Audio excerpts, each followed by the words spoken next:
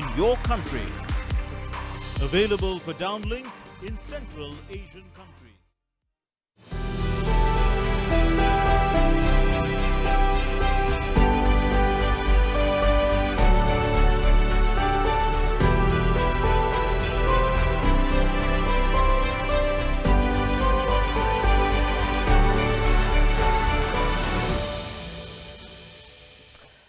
Hello and welcome. I'm Ramesh Ramachandran and you're watching a special broadcast here on DD India. It's good to see you again. All right, over the next 30 minutes, we'll take a deep dive into certain developments in Myanmar, where, as you can see behind me, the army has grabbed power again. Now, if you've not been following the developments there, well, don't worry. I'll try to bring you up to speed with all that's happened in Myanmar in the last several months in general, and the last 48 hours in particular. All right, let's get started then. Now, Myanmar's military seized power on 1st February. It effected a coup against the democratically elected government of Nobel laureate Aung San Suu Kyi. She was detained along with other leaders of a party, the National League for Democracy. Now, why? Because the army claims there was quote-unquote voter fraud in the November 2020 election which Suu Kyi's party won. It had swept the last election in 2015 as well. The army imposed an emergency for 1 year. The army chief, Senior General Min Aung Hlaing, seized power, and he installed the army-backed Vice President Min Sway as the country's new president. And he also virtually annulled the 2020 election, promising to hold a fresh election at an unspecified date. Right.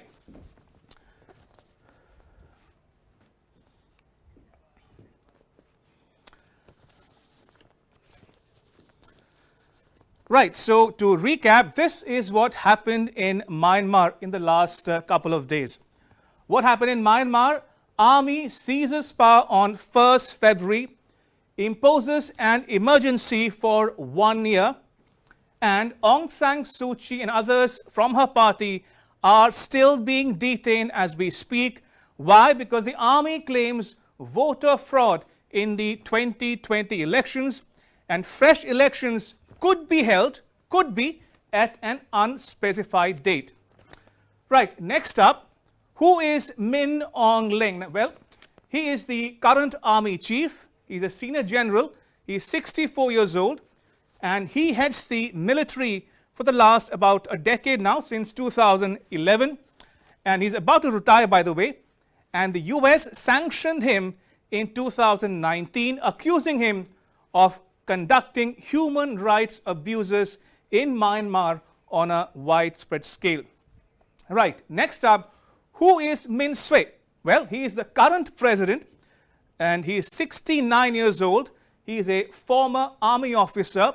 He was vice president in the Suu Kyi government, and the army chief has now installed him as the country's new president. And he was taken off the US sanctions list in the year 2016. Now, the Myanmar army has effected a major cabinet reshuffle. It appointed new ministers in 11 ministries. 24 deputy ministers were removed as well. Now, troops were seen patrolling the streets. A nighttime curfew is in force. Phone, internet connections in the capital, Naypyidaw, were disrupted. The country's main commercial center, Yangon, was affected too. State TV was taken off air. Banks and ATMs were dysfunctional. Transportation, including commercial flights, were suspended. Now, Suu Kyi's party called on people to protest against the military takeover. The coup has derailed efforts to cement democracy in Myanmar. Now, to put this into context for you, the viewer, the army moved in before Myanmar's legislature was due to meet for the first time since the NLD's landslide win in the 8th November election.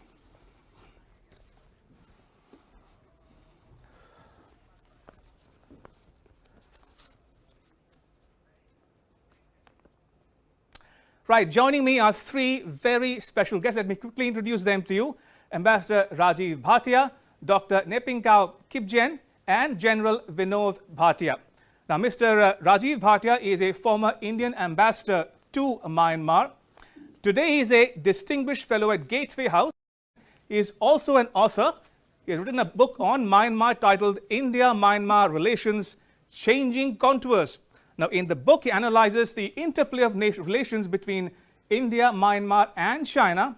And that, I can assure you, is something that we'll discuss at some length in this program. Right.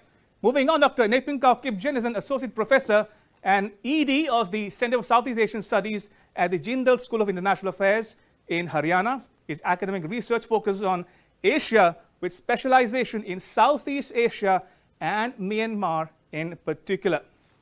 And General Bhatia is a former DG military operations in the Indian Army. He was commissioned into the Parachute Regiment in 1974. He's written a wide range of subjects such as regional and national security as well. Gentlemen, welcome to this special broadcast. Ambassador Bhatia, if I can start with your thoughts on what's happened in the last couple of days in Myanmar and its impact for India and the world at large.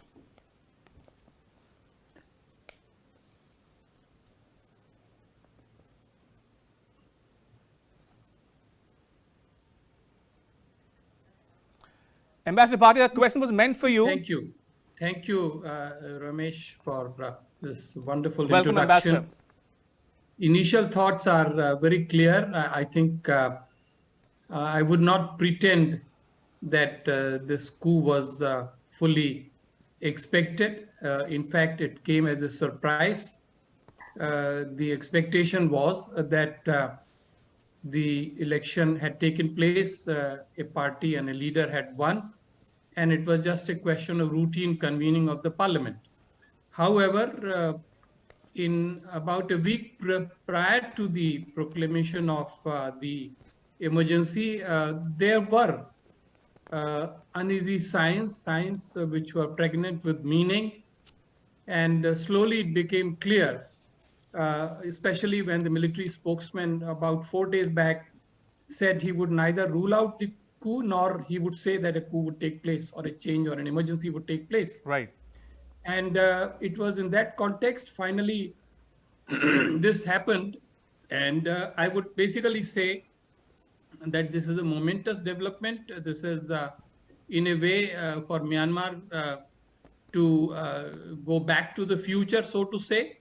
And major years when developments of this kind took place, 1965, 1988, 1990, they all come to one's mind. You feel you have seen this movie before. Clearly, it has an impact on the region and certainly on relationship with India. And it would be a challenge for Indian diplomacy to just get it right, having learnt about all this from our previous experience. Absolutely. So we've got a diplomatic perspective from Ambassador Bhatia. If I can go now to General Bhatia. General Bhatia, help our viewers understand something here. Why is Myanmar so important for India from a defense and security standpoint? Because I'm told that we gifted a submarine to Myanmar just a couple of months ago, and also insurgent groups operating in India's northeast have linkages with Myanmar as well. So please explain to our viewers why Myanmar is so strategically significant from a defense and security standpoint. Thank you, Ramesh. Myanmar and India, we share 1146 kilometer land border. We Right. also share maritime boundaries. And we were good neighbors. We were very good neighbors all along. We have shared concerns. We have mutual interests. And the militaries have worked together along the borders. We have to understand that along the land borders, we have a free move regime of about 16 kilometers, where the border people from either side, they are free to move from India to Myanmar and Myanmar to India. These are basically along the Nagaland, Myanmar, Tripura, Arunachal borders. So this is there, and also we have an insurgency or a counter-terrorism situation out there. Right. The major Naga groups and even the valley-based insurgency groups and the insurgency groups from Assam and Arunachal, they have camps across. So Indian Army and the Myanmar Army, they do conduct joint patrolling.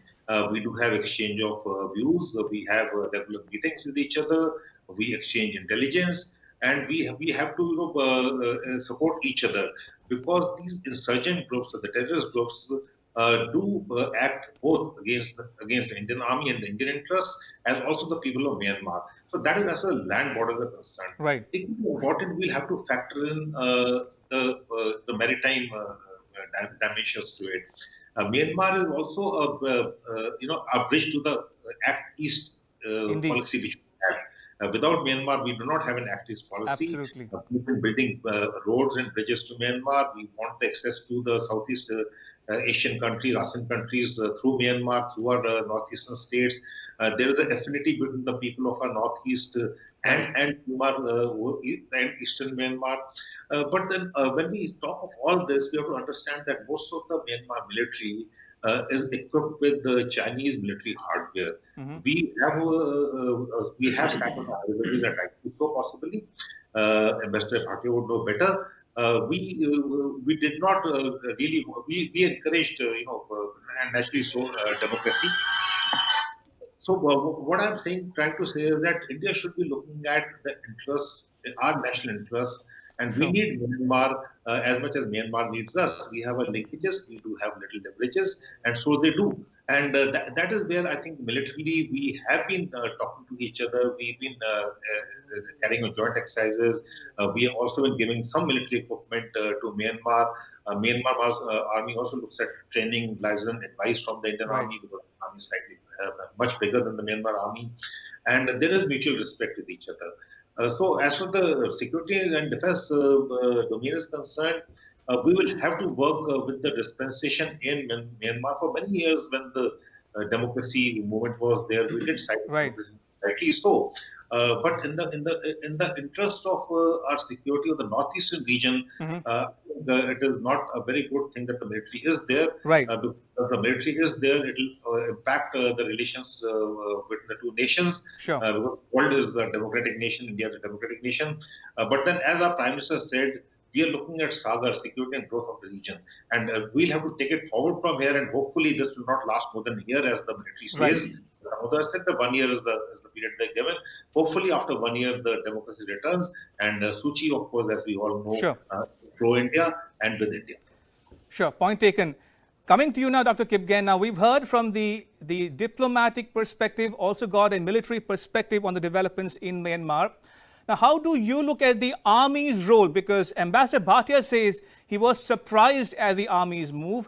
General Bhatia says India should treat the world as it is, not as it should be, meaning thereby that India must maintain its linkages and leverages as well with Myanmar going forward.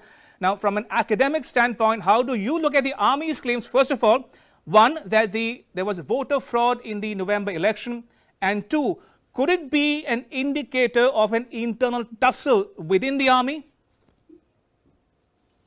All right. First of all, I would like to say thank you to Ramesh and DD News for having me and others on this live discussion.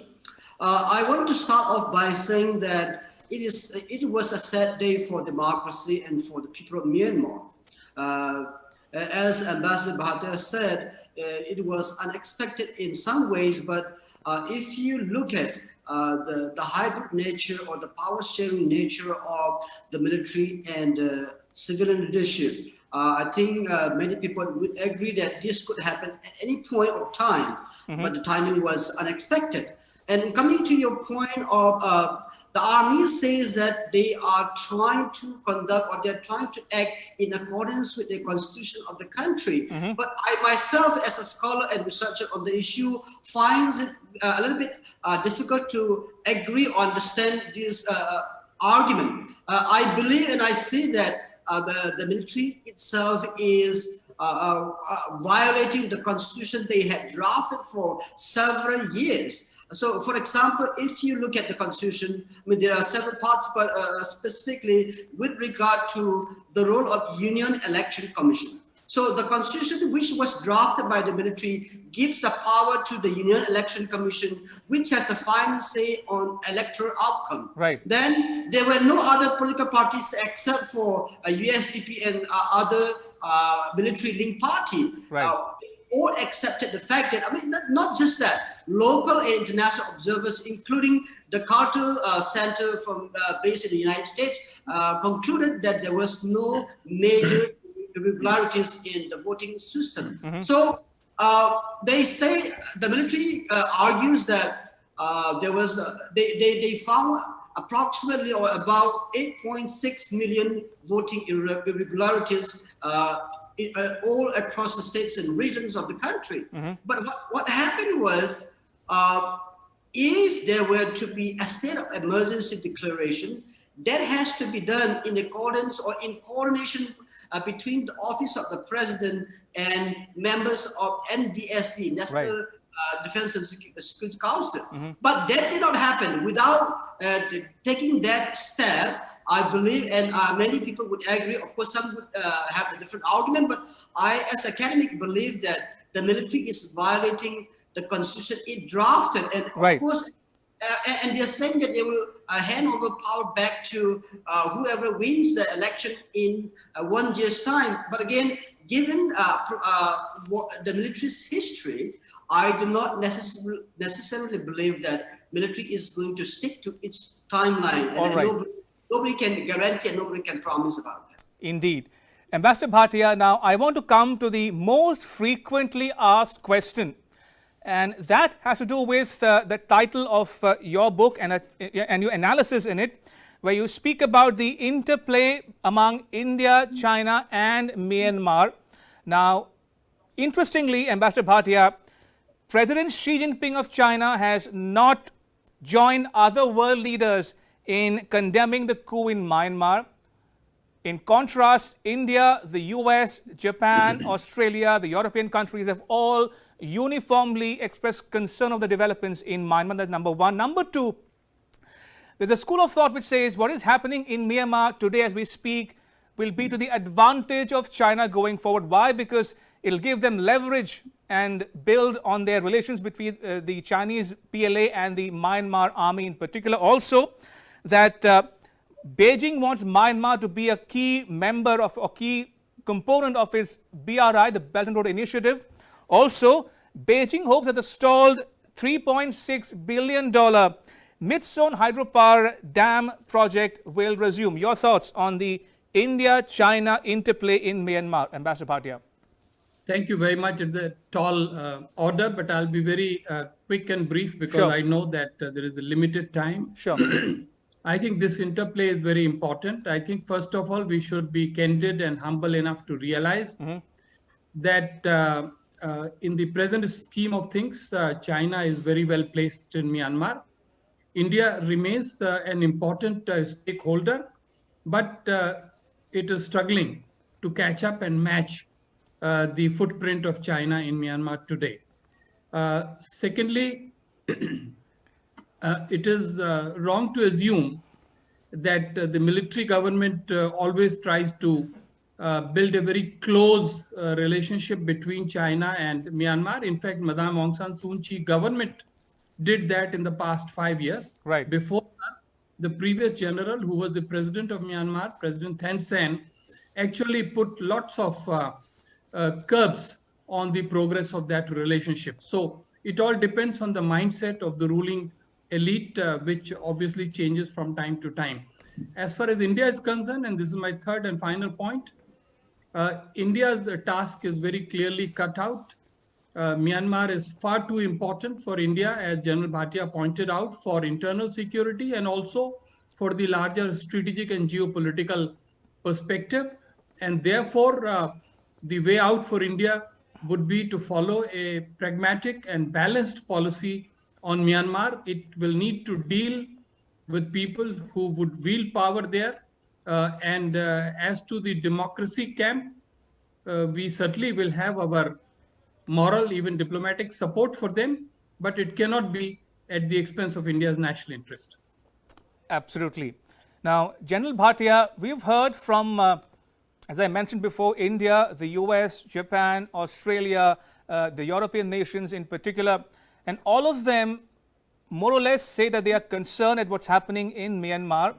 And that, to many a mind, suggests a strategic congruence of sorts among these various countries, especially the Quad, comprising India, the US, Japan and Australia. And the US under President Biden has said it will lead by the example of its own power. By that, I mean that the US will uphold democracy in corners of the world where it deems it fit. So in that context, do you see a congruence or a convergence of opinion among these four countries in Myanmar going forward? And as you mentioned, India, you say, must maintain linkages with Myanmar going forward as well. Ramesh, what Ambassador Bhatia said, I think it's got a very, it has to be noted. We have a moral dilemma out here, and morally, I think we are correct, where we say that what has happened is not right and democracy has to be restored. That is as far as moral standing concerned. But we in India are a responsible nation. We are a citizen nation. We do not interfere with the internal affairs of other nations. Right. However, having said that, yes, the US can, US has the power to do what it wants to do. The Quad has to do it, but we are the immediate neighbors of Myanmar. We have a direct interest in peace and stability in Myanmar. We have a direct interest in ensuring that we maintain our linkages. And like I said, Myanmar is the bridge to the ASEAN countries. Absolutely. We share our boundaries with them. We share we have a common, linkages, civilization linkages with them along the borders. So we'll have to look at all these things. And we for many years, we have to learn from the past. For many years, we remained aloof and did not support the military in Myanmar. And to that extent, we have a late starter. The Myanmar army today, the Myanmar army is all powerful out there, and they have a direct, dependency on China as far as the military hardware is concerned. So we'll have to see what our national interests are, and our national interest priority. And we have a national interest in maintaining whatever the dispensation means with the government, though we would like definitely a democratic government, but whatever the dispensation is there, we will have to we'll have to deal with them also. So we'll have to try, find balance between our national interests and our ideologies. Absolutely. Dr. Kipgen, coming to you now, General Bhatia says India will more likely than not stay the course in Myanmar, not only for defense and security perspective, but also because India is a key development partner in Myanmar. So help our viewers understand the significance of India's development aid and projects happening as we speak in Myanmar, be it the Kaladan multimodal project or even the port in Sitwe. Dr. Kipgen. Yeah, Ramesh, I would like to put it a little bit differently than my co-panelists. India is the largest democracy in the world. And of course, the United States and India and other countries have spoken out, either condemning or expressing their concern. I think they should set example. Definitely, I agree with the fact that there has to be importance given to their national interests and security interests. But at the same time, we have to look back before the Act East policy, whereby India, New Delhi was very vocal when it comes to human rights democracy. And I know there are some other, for example, security concerns in the Northeast India region, but that should not undermine or that should not prevent India from speaking out as... Fair point, Dr. Kipgen. If you don't mind, we are running out of time. So if you could also dwell a little bit on India's development aid and projects happening in Myanmar as well. Definitely, India has been strengthening or expanding aid to Myanmar in recent time, especially in recent time. I think I just saw a news in Myanmar Times today that COVID vaccine was also supposed to reach it. The first batch already reached and the second batch is supposed to reach anytime soon. So definitely there has been increase in investment and other aid programs. But again, that's something that we should not be looking at only the investment or the aid aspect. I think I'm looking at more from the perspective of trying to improve democratic institutions in Myanmar. India should be a leading country in the region, being the largest democracy. And of course, United States and other countries that we have to talk about. The country. May I just say a 30-second thing on what Kipgen is saying? Professor Kipgen, if you allow me, one of the former foreign ministers of India had said, commenting on this dilemma that you're talking about, he said very clearly India is indeed the largest democracy. India cherishes its democracy. India is willing to share its expertise and experience of democracy with others. Right. But India is not in the business of exporting democracy to outside. Right.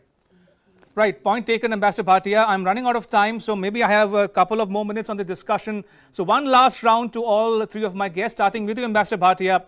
Now, in Myanmar, we've seen the army rule for almost half a century in its 73-year-old existence in Myanmar. What's the way forward in Myanmar? What is your assessment of which direction Myanmar will be headed in the next year? I will be very brief. I think it entirely depends on the leadership in Myanmar. That is a given. On many occasions in the past, people of Myanmar have been let down. In effect, what has happened is a sad development. And therefore, really now it entirely depends on how the leaders of Myanmar connect and respect the people of Myanmar. We only can watch and convey our best wishes to them. But whatever happens, India stands ready, and this is not just my view. I think I speak for the establishment here. India is ready to maintain the best possible relationship with Myanmar. Absolutely. General Bhatia, your last comments, very quickly, please. Well, we should keep investing in the people of Myanmar. They're very important to us. And we should also look at our, strengthening our what we had lost out in the early 90s and late 90s. We should look at strengthening our relationship with our neighbors and maintain peace and tranquility. All right. And finally, Dr. Kipgen, I give you the last word very quickly in 30 seconds. Your thoughts on the way forward, where Myanmar might be headed in the near future. Unfortunately, the future is not bright. I mean, at least the immediate future. Based on what we have seen in the past, the military is destined to hang on for as long as possible. That's why in my opening statement, I do not believe necessarily that the military is going to hand over power within 1 year's time or in 1 year's time. But again, the best thing for the country and for the people of Myanmar, including its democratic transition, is to transfer power back to the democratically elected government, which I would love to see that happen, but unfortunately, I do not believe that that's going to happen. And in this case, I think the world must speak up, even though my co-panelists don't agree with me much, but I still would like to urge the international community to push the country leadership to... Point taken, Dr. Kipgen. I want to thank all three of my guests, Dr. Kipgen, General Bhatia, and Ambassador Bhatia as well, for making time to be with us on this special broadcast. Thank you for your time. Appreciate it. Thank you. Thank you. All right, it's a wrap, but news continues here on DD India. You can catch all the latest updates on our social media, mobile and digital platforms. Thanks for watching. Bye-bye.